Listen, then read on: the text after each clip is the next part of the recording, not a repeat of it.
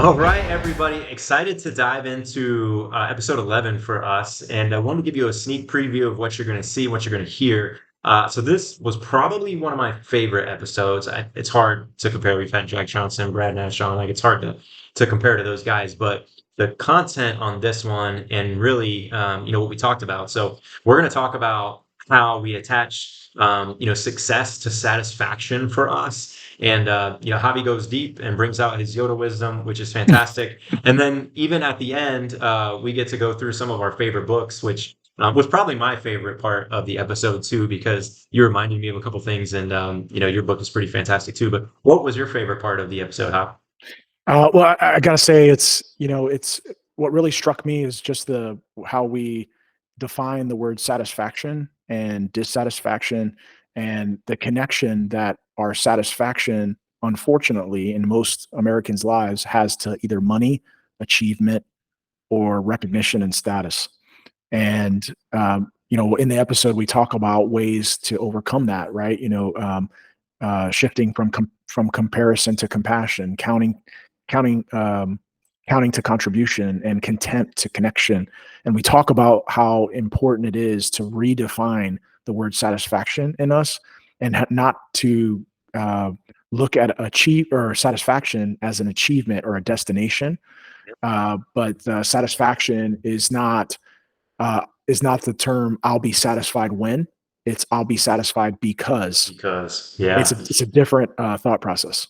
Yep. Can't wait for y'all to get the full content. So hang out, like I said, all the way to the end because we're going to share some of our favorite books as well. But get ready to take some notes. If you're taking this while you're in your car, obviously there'll be mental notes, but take some notes, have some fun. I feel like we should lead in with the Rolling Stones. I can't get no satisfaction, but we would probably get copyright written, infringements. So just sing it in your head while you're getting prepared for Yeah, the I was episode. getting ready to sing it with a Spanish accent. Do it. Let's go. No, no, no. All right, guys, get All ready right. for this episode, and we'll talk to you soon.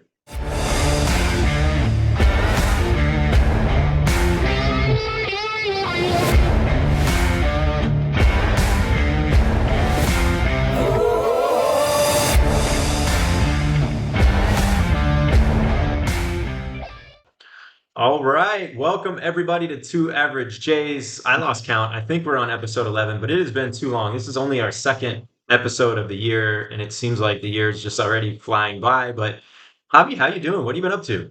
Man, it's been forever. I think I gained probably at least 100 gray hairs since the last time we did this podcast. But no, just working, family. Uh, I'm on a journey. Just mentally and spiritually myself lately, and just really, you know, investing in things that matter most, which will kind of lead us into this topic. But things that form us, form our souls and who we are, and not so much putting more into it, but taking things out of my life to help my mind to be clearer, to help my relationships to be better, um, and just to be a better person overall. So it's That's been it's deep. been yeah, I know. I'm like on this. It's been really impactful lately. I've been listening to some different podcasts and reading different books that really impacted me mentally and spiritually. Yeah. Love it. I haven't been nearly as productive as you, well, at that depth. But it's funny that you mentioned that because we had in one of our networking groups, we went through, we had to fill out, it was like a web. So it was like a circle and you had like 8 points off of it and you scored yourself 1 to 10 in all the different areas. So it was family, money, job, like you just did a little bit of everything. And if I had done that, probably 18 months ago, it would have looked so different than it does now. Because my family was at a 9. The relationship I have with my kids is fantastic. I get to see them every single day. And sometimes they go to work with me, which is even better. Nice. My love life and my money were the lowest because I barely see my wife right now because we're both working so much. And then, we're building business. So we're Mhm. trying to get back there. But at the end of the day, it made me realize that, it is a balance to the whole wheel. And, 2 years ago, money was never a concern for me, but I would have 30 minutes with my kids each day. And the relationship with my wife really wasn't much different because I wasn't really here that much either. And when I was, my mind was always somewhere else. Mhm. And it was it's good to kind of put that down on paper and just give yourself a checkpoint and reflect on that. So I'm not exactly where you are, but I can definitely understand and feel it. I think it's so important today too. Oh, and But by no means have I figured anything out. I If anything, it's opened up more cans of worms to dissect and process. don't know, but you leave a trail of worms when you're on your way to your journey, you know. So Yeah. I think that's good. I think Yep. it's good. Well, we kind of already led into it a little bit, but you and I were having this conversation, just a little bit ago, and it led me to reflect. Like, one of the things that I've struggled with, especially early on in the first few months of starting our new business, was really like I set my sights and my targets were everything around reaching revenue targets. It was around closing deals in order to get there. And, I always looked at it until, you shared some of your insight with me, but I always looked at it as that was what was going to bring me the most satisfaction and the most joy is hitting those targets and getting to those targets to the point where when I first started and we had no money coming in, like I would attach such an importance to getting that dollar and closing Mm. those deals and making that money that, I would start to look at everybody around me, no matter what. If I'm walking down the street, if I'm looking at a neighbor, I'm like, gosh, they're doing better than me, or they're making more than me. Or if I'm on, online on social media, whatever it may be, just started comparing myself and I had to check myself because, it was unhealthy. And you start to feel this weight that was all over you. And then, Mm. you kind of shared some insight with me that I thought was really impactful. And I'd love for us to just explore that a little bit further. So tell me what I did wrong and tell me how we can fix this. First of all, I'm not your counselor, and so I will not do that. I like your Toy Story cup, by the way. I saw that. I saw that. That's the I, s- twins. I- Yeah. oh, is it? Oh, look! Oh, they're dressed as. I thought it was the actual Buzz Lightyear It and Woody. is. They're the brunette. Oh, all right, okay. Yeah, The Burnett, Woody, and Buzz. that's it. Yeah. So first of all, if you're a listener, and I know that our podcast is targeted towards people that are wanting to promote, wanting to advance themselves within either a corporation or as an entrepreneur and grow their business and create additional streams of income. Those are all good things. Nothing wrong with those things, except there is a myth, and there is a myth that I believed when I was in my 20s and 30s, and most people believe in their 20s and 30s, and that is that um, faction is a destination. It's something that is based on what you achieve, not on it's not a choice.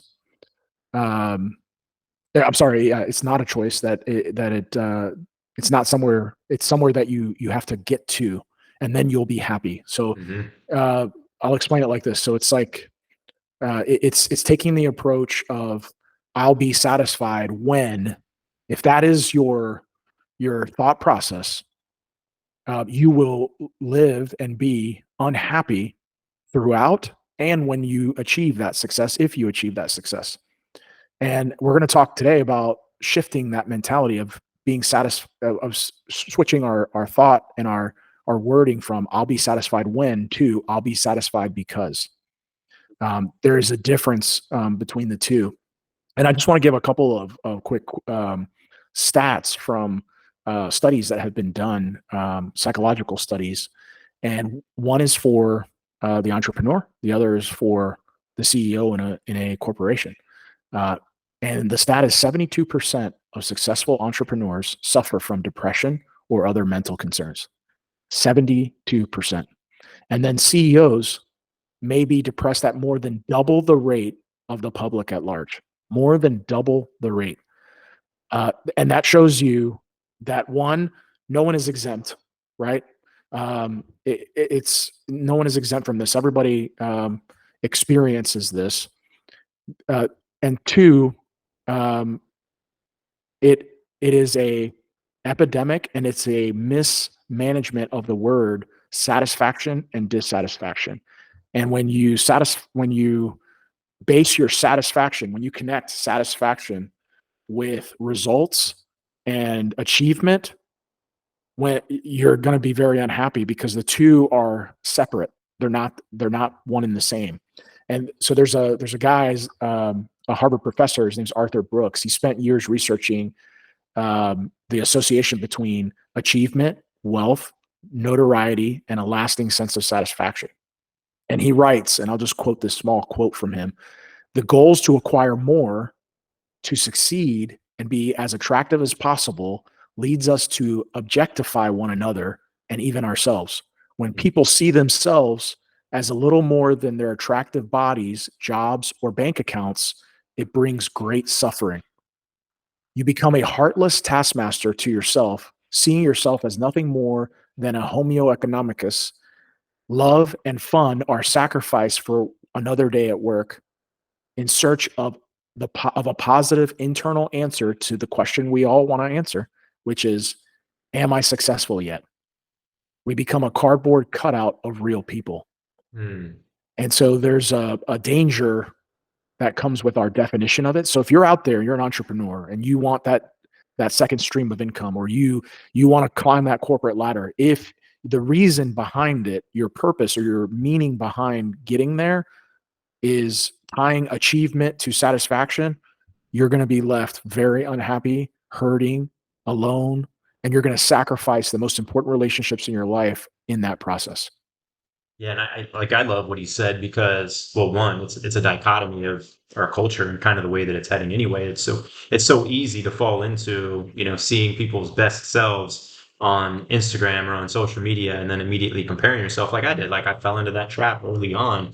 And like he said, when you reduce it to just those basic things or surface things like that, and that's your definition of what satisfaction would be, or that's what's going to make you happy. It definitely doesn't lead there because number one, you're never going to get there because everybody's always portraying an image of themselves that's well above and beyond where they really are, and you don't see the truth behind it. And then obviously number two, that you're heading towards something that you'll never get to, and you miss it on Mhm. the way. And so obviously we've probably heard numerous times like enjoy the ride. It's not necessarily about the destination. And I think this is case in point. And I'll be the first to tell you that when I first started my entrepreneurial journey, I was there. Like I definitely was there. I had to Mm. find ways to help myself, physical and then mental as well, because there's these wild swings of, oh yes, like something really worked, and then my phone hasn't rang all week, and I've been working so hard, like nothing is happening, and I'm not going to Mm. get to where I need to go. And I think you summed it up. Like it all comes down to what I had attached to what I thought was going to be happiness, or what I thought was going to be, satisfaction in this case for me. Yeah. And it comes from in order to do that, it's to change your approach on what achievement and what satisfaction means. You have to kind of redefine certain things in your life. And the book or the article, the Harvard business article talks about three specific ones. Talks about money and rewiring your satisfaction to money and your connection to money. Talks about your relationship with achievement and what you achieve. And then in third, it talks about recognition or status. And those three things, rewiring your brain of what those things really are, will ultimately help you um, achieve satisfaction in your life. Like, for example, money. When the relationship to money goes from enabling your well-being, which is all good, right? Like we all need that, and some money, money does bring some type of partial satisfaction, because it supplies needs that we have. But when it crosses the line from enabling your well-being to defining your worth, you're creating a road to dissatisfaction because it'll never Mhm. be good enough to where you're headed. Yeah, I think a perfect example of that too. Like the other thing that happens um, when you continually chase money is that, well, number one, you're gonna always want more. So if you ask people what they think would make them happy, most people are gonna tell you money. If you ask the top 1%, what's enough money to make you happy? It's usually twice what they have because Yeah. it's never enough. But what you realize when that becomes less important to you, or let's say you have less of it, you enjoy things more because they're more meaningful when you do them.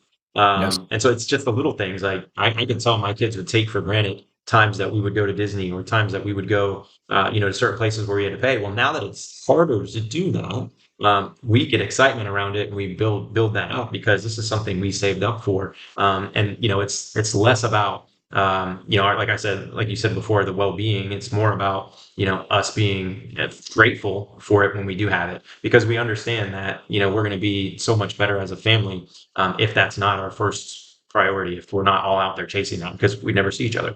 Yeah, and it's funny that you said gratitude, you said grateful. That's actually one of the things that they talk about, from, shifting from comparison to compassion, and then it talks about, that social comparison leads to sadness and emptiness, but a focus on someone else, but a focus on, being grateful and having gratitude instead of being envious and showing compassion to those that, are having success in their lives, will change your mentality of satisfaction, and it'll actually bring joy. So in essence, it's like instead of focusing on what you don't have, um, be happy for others. Like it's a crazy concept, right? It's like the Yeah. opposite. Yep. Um, but But you that, got to catch yourself. Like you have to, yeah, at least for me, I have yeah, to catch myself oh because yeah, my first reaction is, yeah, well, damn, they're lucky, or look at all yeah, that they have. And then you're like, well, oh, yeah, I'm not comparing myself to them. So good for them. Like, that's yep, great. yep. There was something that I wrote down that really, like, I felt like it just came to me. I thought it was really good, and it's a focus on someone else's steps forces us to misstep our own path. If we're focusing on other people, Yeah. we can't execute and do the things we need to do in our own lives, with how we were designed, and we're all different, right? Like in that comparison to someone else, what good is it? They're not the same person. You are uniquely, yourself, and there's no one like you in this world. There isn't. Yeah. Yeah. And there's certain things that we're wired with, to drive, us. But when we compare, we're selling ourselves short at times because we're looking at someone else's steps and the path that they're taking rather than the path that's laid out for us ourselves. That's awesome. I think that's something that we can all keep in the back of our minds and remember. So it's compassion over comparison and gratitude over envy. And Yeah, you'll catch yourself if you're being aware. You'll catch yourself doing both of those things, which I think that's awesome. yeah. All The right. the the last thing I'll say is on this is the article also talks about, um, the comparison, shifting from comparison to compassion, but it also talks, about, um, shifting from counting to contribution and contempt to connection. The three things that those all that has in common is people, relationships. Like those are the things that matter. Like in when you're if you're in your 30s and you're trying to climb this corporate ladder and you're sacrificing people along the way because you want to ultimately achieve this greatness or this promotion or this monetary status, it's going to leave you so empty because the reality is all that matters in life is that we are human. It's what makes us human, right? The relational side of us. We desire relationship. We thrive when we have healthy relationships. Those are the things that matter in life, not a trophy, not a certain monetary status. It's the article also talks about that it's proven that monetary success ultimately leaves you unsatisfied. There's certain aspects to money, achievement, and recognition status that it does in your brain with dopamine. It triggers dopamine, giving you a temporary high, and then that temporary high goes away, and then you just constantly want to go achieve it again because it felt good for a moment, but it was so temporary that you just can't get enough of it. And Yeah. it's those three things that just keep you, continuing to want it, and it's in all of us. All of us have that. There's no exceptions to the rule, but we have to train ourselves daily to, change our mindset with that. Yeah, we got to understand our physiology because that's Yeah. definitely it's definitely true. I see it, in my kids, like in little things like playing video games, playing Fortnite, like they get that hit and they're like, wow. But then, for me, where I think it's a more healthy thing is that we also get that from accomplishing things through the day. And so then the more that we can set ourselves up to have little wins or, Yes. accomplish little things earlier in the day, the more momentum you'll have heading into the day. Because if you just roll out of bed and plan on starting off and being at 100%. It's not going to happen. But it's me running for 4 miles and hitting mile 3.5 and being like, I can't do any more of this, and then realizing that no, the rest of my day is all dependent on how this next half mile, if I can get through it. And then you have that, and then you build on that because you feel so good about having some accomplishment already for your day. 100%. Like, there's nothing. I don't want people to think that, you know, achievement or promotion or money, in and itself is not bad, right? There is a place for those things. It's when you cross over to a place of unhealthy that you start to sacrifice the things that matter most in your relationships. And the you get to a point where it's like you can either start counting your trophies or counting how much money you have in the bank or counting um, um, you know um, how many promotions you've gotten, all these things that you can quantify to try to define who you are and how good you are. Or you can start to base your achievement on the contribution that you leave in other people. Like, that is ultimately satisfying. Like, you can, in the corporate world, you can have, you can try to, you want to become a district manager, you want to become a director, and all those things are good. They're not necessarily bad. And you start to go to try to achieve those things. And there'll be times where you fail, where you miss the mark, and those things are okay. What you have to focus on is not, look, it's not that destination that I'm shooting for. It's the contribution that I leave in people throughout the way. That's what really matters. That's what's really satisfying and lasts forever. Yeah, seeing others succeed for sure. That definitely Mhm. sticks with you. The older I get, the more that's true. Yeah. Awesome. Well, we're going to start a new segment. I think we'll do this kind of at the end of each one of these because I know I find a lot of value in books, and found some of my biggest growth moments coming from books. So I figured we could probably share like maybe one or two of our favorite books towards the end. And I'll kick it off, and then I'll see what you have for this one. And obviously, there's great leadership books, and I'll share some of those as well. As we have a couple more episodes. But one of the books that I know I've talked about before that really was impactful to me, and I kind of treat it like a little bit of a roadmap in life too, is the Four Agreements by Don Mm. Miguel Ruiz. And that one's probably more spiritual than anything else, but it really helps you understand a few things that are true in life.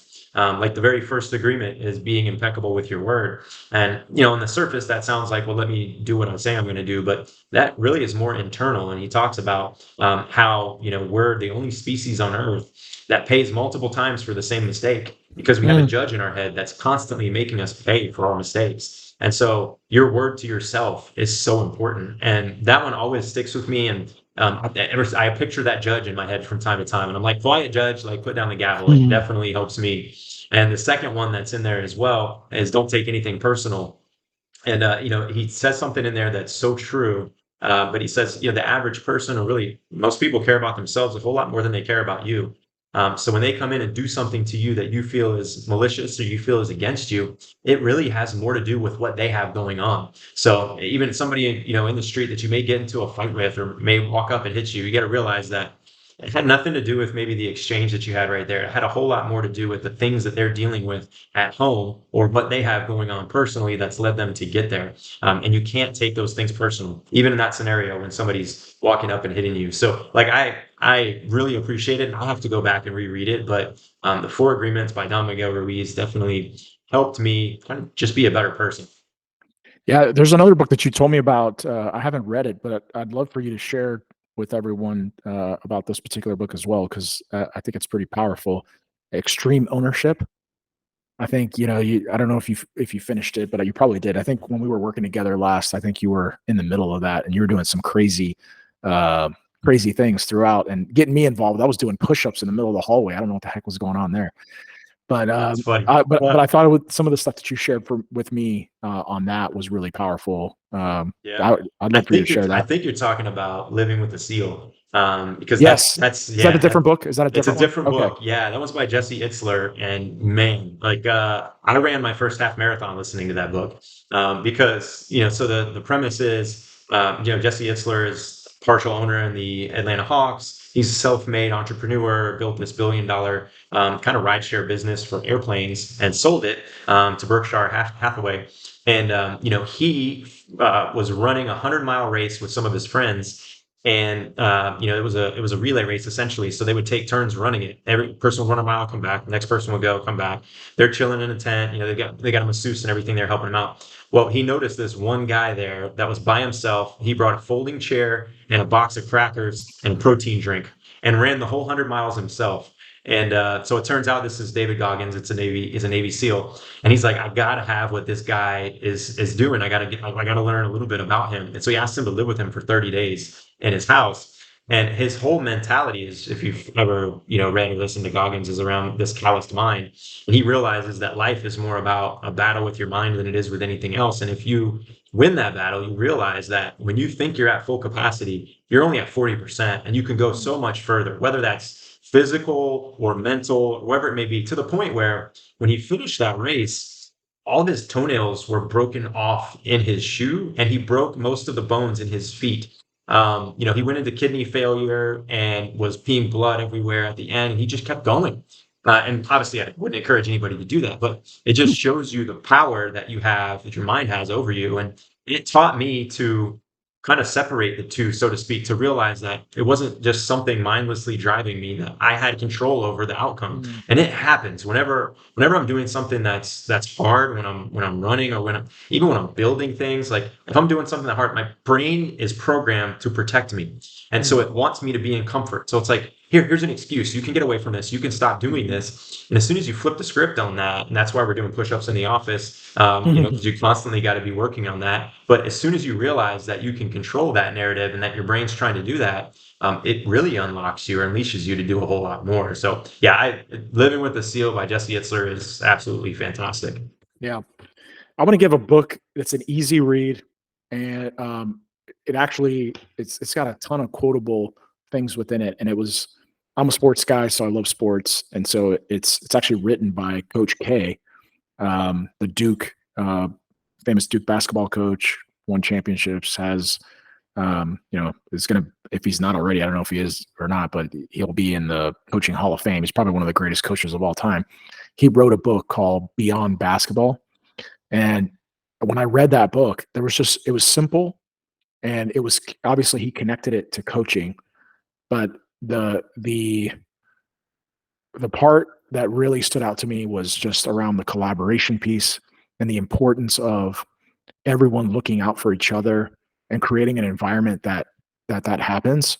He talks about how he coached his Duke team differently than he did when he coached the Olympic team, and the things that he did when he coached the Olympic team, which had Kobe Bryant, and that was part of the comeback team, which is also a good Netflix. That was great. Yeah, where I'm it gonna talks run right about the through his comeback. chest. Yeah, that was crazy, and he was like his good friend. But anyway, there's a quote, and I actually have it in my signature at work, and it comes from the book, and the quote is, "In an environment of collective responsibility, the individual cannot fail."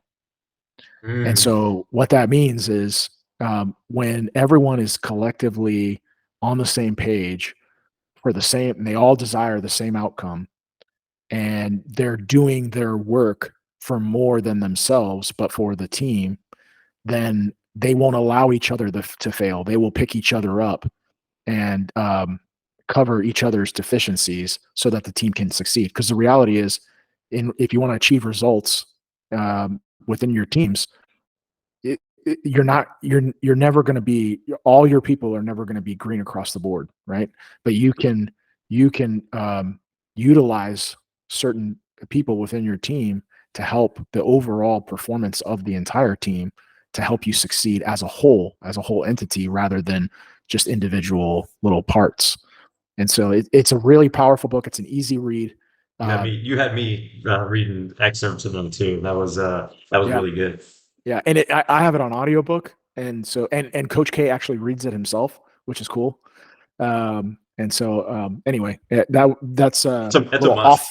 It's an off script book Yeah. that leadership book that I really enjoyed. But it's a must. I think every time I listen to Rogan and he has an author on, that's his number one question. Did you narrate the audiobook? Because you need to feel it from the author. I've had Mm, others where they don't, like in Goggins' book. Goggins does not narrate it. He has somebody else do it. mm, But they do like a podcast kind of thing at the end of every chapter where mm, he talks to him. But it's just different because you're listening to mhm. someone else. You're not getting the true emotion that's out of it. Yeah, there's another one that's, and I forgot the name of it now, but it's the Disney CEO. Um, Oh I yeah, forgot the yeah. name of It's the book now. It's a good book. Journey of a Lifetime. Yes. Yeah, love it. Yeah, Yeah, that's a good book, and he reads it himself also. He actually, the audio version, he reads it. I forgot the yeah. name. I forgot his name now, but anyway. Iger. It's Bob Iger. Iger. Yeah, Bob Yeah, Iger. Yep, and it's that's Ride of another a good book. Lifetime by Bob Iger. Ride of a Lifetime. That's it. That's Yeah, it. that one That's a good that one book. crosses over. Like I'll listen to or read books for two purposes. One is to grow, and then the other one is for entertainment. Yes. And that one is both. Like that Yes. one to me is Yes. super. Obviously, we're Disney geeks, but Yes. that one definitely. I just love to hear first of all the history, and then two, all the little lessons that he had kind of along the way because he started off Yeah. as a low level cleaner basically Mhm. for ABC, and then grew. Beyond Basketball is very similar because it has a lot of stories about specific players and things that throughout his years, which it's kind of like gives you like an insight of what the relationships were like and stuff. It's really cool if you're into sports. So Love it. Well, speaking of loving it, please love the video. Obviously, yes, love the channel if you haven't already subscribed. But I would love to see your book recommendations in the chat there as well. So leave us a comment and let us know what your favorite books are. Maybe it's the same as what we have, and we'll share one of those at the end of our next episode. So great books, just great discussion. Again, I love compassion over comparison is going to stick with me for sure. mm, And I feel passionate about this one really helping people. So yeah. appreciate you and appreciate everybody subscribing and watching. So we'll see you guys for episode 12. All right, let's go.